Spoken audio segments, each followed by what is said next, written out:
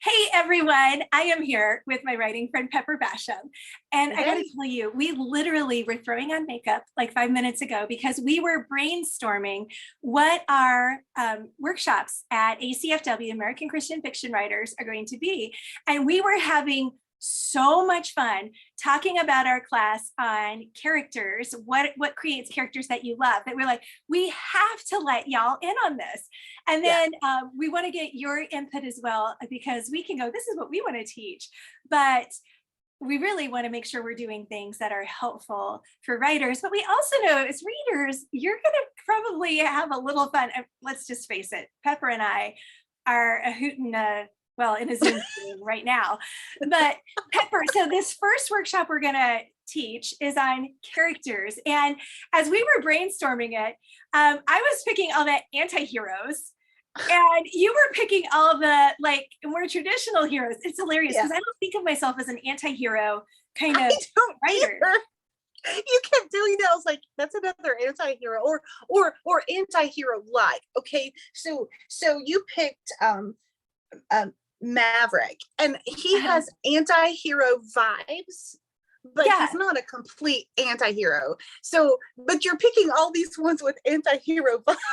Because we were like Tony Stark, the character I despised, and then I always sob in Endgame because I'm just like, every time I'm like, how did they do that? How did they take this guy who I mean, literally despise in so many movies.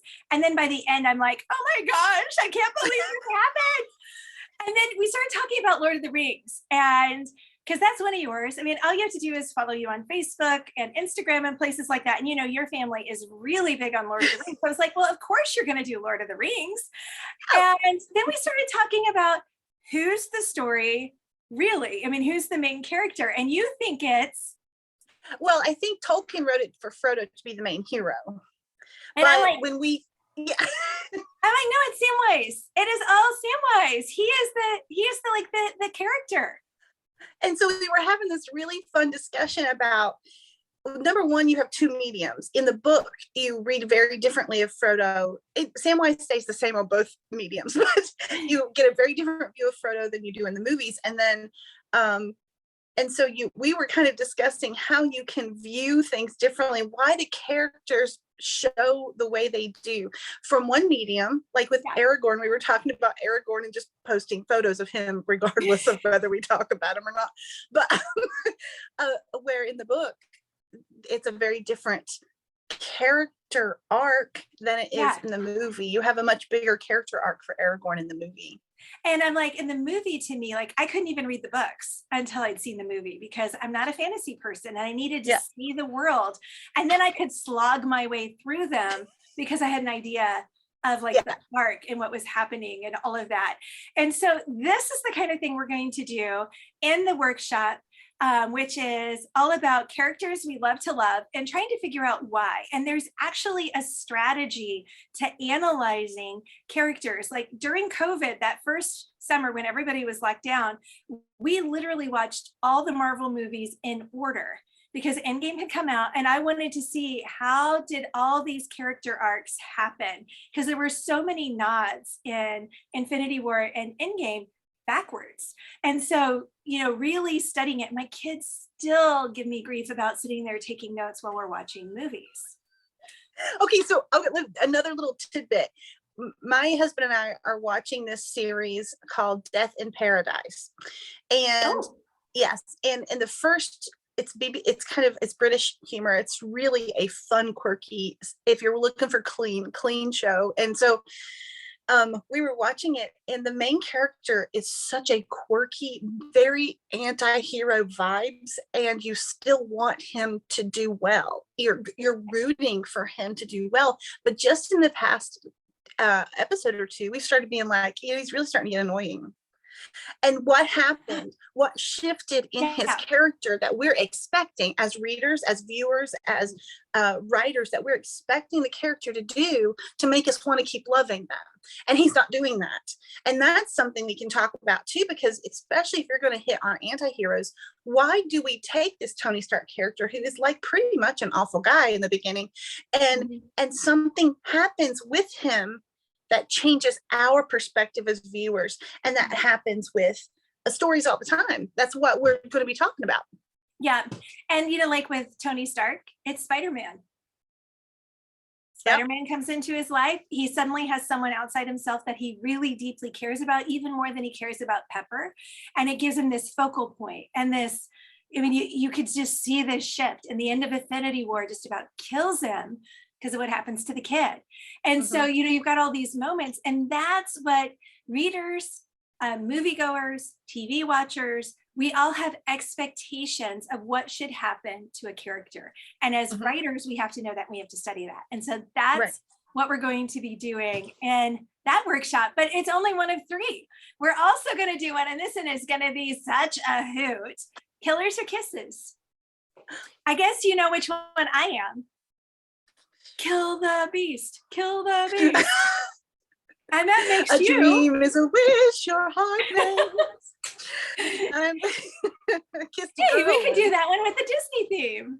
We should totally put some Disney characters in there. We should totally.